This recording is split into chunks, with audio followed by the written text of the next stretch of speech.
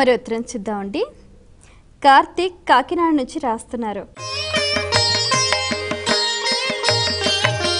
మహాలయ అమావాస్యకు పితృదేవతలకు ఏమిటి సంబంధం తెలియచేయగలరు అంటూ రాస్తున్నారు. లయము అంటేనే మరి ఏమిటి? తమ శరీరాన్ని విడిచి ఈ ఆత్మ ఇంకొక చోట చేరటం కదా. అలా చేరిన వాళ్ళని ఏమంటాం? పితృదేవతలే అంటాం కదా. ఎవరైనా పితృదేవతలు ఉంటే తండ్రే కావాలని లేదు, తాతే కావాలని లేదు, ముత్తాతే కావాలని లేదు. ఎవరు ఈ శరీరాన్ని విడిచిపెట్టి పరలోకానికి వెళ్ళారో వారిలో ఒక అంశపోయి పితృలోకంలోకి చేరుతుంది. అప్పుడు వారిని పితృదేవతలు అంటాం. అన్న కావచ్చు, పెదనాన్న కావచ్చు, పిల్లనాన్న కావచ్చు, పెద్ద తాత కావచ్చు, మేనమామ కావచ్చు, మామ కావచ్చు. ఎవరైనా కానీ ఈ దేహాన్ని వదిలిపెట్టి పరలోకానికి వెళ్ళారంటే వారికి ప్రమోషన్ వచ్చేస్తుంది. ఏంటిది? పితృత్వం. పితృలోకానికి వెళతారు, వారు పితృదేవతలు. ఆ లయం కాబట్టి అందులో భాద్రపదం చక్కని పేరు. మనం ఒక్కసారి పేరుకు అర్థం తెలుసుకున్న దేహాలను తీరిపోతాయి. పదం అంటే అడుగు కదా. భద్రము అంటే శుభకరమైన, భద్రపదం మంగళకరమైన అడుగు. ఈ మాసంలో మనకు ఉత్తరాభాద్ర లేదా పూర్వాభాద్ర నక్షత్రాలు పున్నమనాడు వస్తాయి.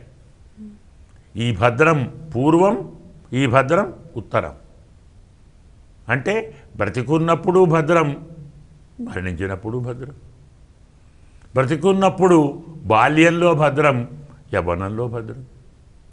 యవ్వనంలో భద్రం, వృద్ధాప్యంలో భద్రం. మన జీవితంలోని ప్రతి క్షణాన్ని ప్రభావితం చేసే శక్తి తక్కిన వారి కంటే ఎక్కువగా ఉంది పితృదేవతలకే. మర్చిపోద్దు ఆ విషయాన్ని. ఈ దేహం వారిచ్చారు, అవయవాలు వారిచ్చారు, ఇంద్రియాలు వారిచ్చారు. అలాంటివి నా కోసం ఉపయోగించురా.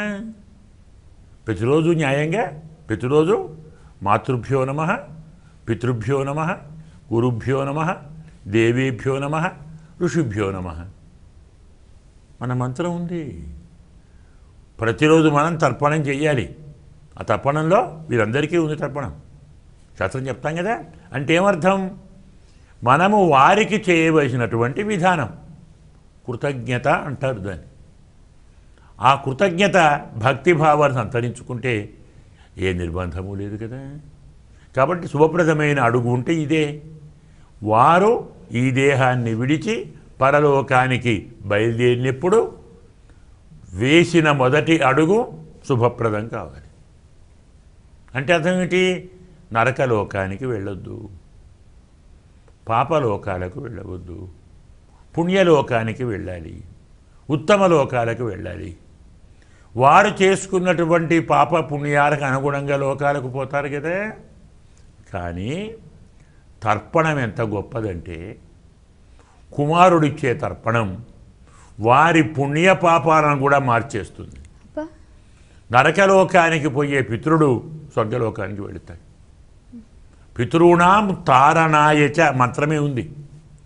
పితృదేవతలను తరింప చేయటానికి ఇదం శ్రాద్ధం కరిష్యామి పితృణాం తారణాయచ. సత్పుత్రుడు శ్రద్ధతో తండ్రికి అంటే పితృదేవతలకు శ్రాద్ధం చేస్తే అది ఏ గయా శ్రాద్ధము, ఏ బ్రహ్మకపాల శ్రాద్ధము, ఏ గంగా శ్రాద్ధము చేస్తే పితృణాం తారణం. నరకం పోయింది, పాపాలన్నీ పోయాయి. తన తండ్రి, తన తాత, తన ముత్తాత ఒక 7 జన్మలు చేసిన పాపాలన్నీ పుత్రుడి యొక్క తర్పణంతో పోతాయి, శ్రాద్ధంతో పోతాయి. ఎంత గొప్ప విశేషమండి. అంటే వారి అడుగు మంచి అడుగు అవుతుంది. పొరపాటున వారు పాపాలు చేసి పాపలోకాలకు పోయినా అలాంటి వారిని ఆ లోకాల నుంచి తప్పించి పుణ్యలోకాలకు అడుగు వేయించే పక్షం భాద్రపదం. శుభప్రదమైన అడుగు వేసే పక్షం. పక్షం అంటే 15 కదా. మనం చెప్పాను 5 జ్ఞానేంద్రియాలు, 5 కర్మేంద్రియాలు, పంచభూతాలు లేదా పంచ విషయాలు 15. అది కాదు మనస్సు, అహంకారము, బుద్ధి చెప్పుకున్నాం మనం. ఈ 15 శుభం చెయ్యాలి. పితృదేవతలు పడుతున్నటువంటి బాధలు పుత్రుడు తప్పించాలి. ఎందుకు? పుట్టినప్పటి నుంచి నీ అడుగు నీవు వేసే వరకు, నీ బ్రతుకు నీవు బ్రతికే వరకు నీకు వచ్చిన అన్ని బాధలు వారు తగ్గించారు కదా, తల్లిదండ్రులు తప్పించారు కదా. ప్రతి బాధ తన బాధ అనుకున్నారు, నీ ప్రతి కష్టం తన కష్టం అనుకున్నారు, నీ దుఃఖం తన దుఃఖం అనుకున్నారు, తన సుఖాన్ని మానుకున్నారు, తన సౌకర్యాన్ని వదులుకున్నారు, అన్నీ నీ కోసం చేశారు కదా. అలాంటి వారికి సంవత్సరానికి ఓ 15 రోజులు చేత కదా, ఒక్కరోజు 1 గంట తప్పడం విడవలేవు, శ్రాద్ధ ప్రదానం చేయలేవు. ఈ పిండ ప్రదానం వారిని ఉత్తమ లోకాలకు చేర్చేది. కాబట్టి భాద్రపద కృష్ణము, కృష్ణ అంటే నలుపు, నలుపు అంటే పాపం, పాపాన్ని పోగొట్టే మహాలయ, పాపాన్ని లయము చేసే పక్షం కాబట్టి మహాలయ పక్షం. పితృదేవతల పాపాన్ని పోగొట్టే పక్షం, పితృదేవతలను పరమాత్మలో చేర్చే పక్షం, పుత్రులు తమ పాపాలను పొరపాట్లను క్షమాపణ వేడి తండ్రులను పితృదేవతలను క్షమింపజేసేటువంటి ప్రసన్నం చేస్తున్న పక్షం. కాబట్టి దీన్ని మహాలయ పక్షం అంటారు.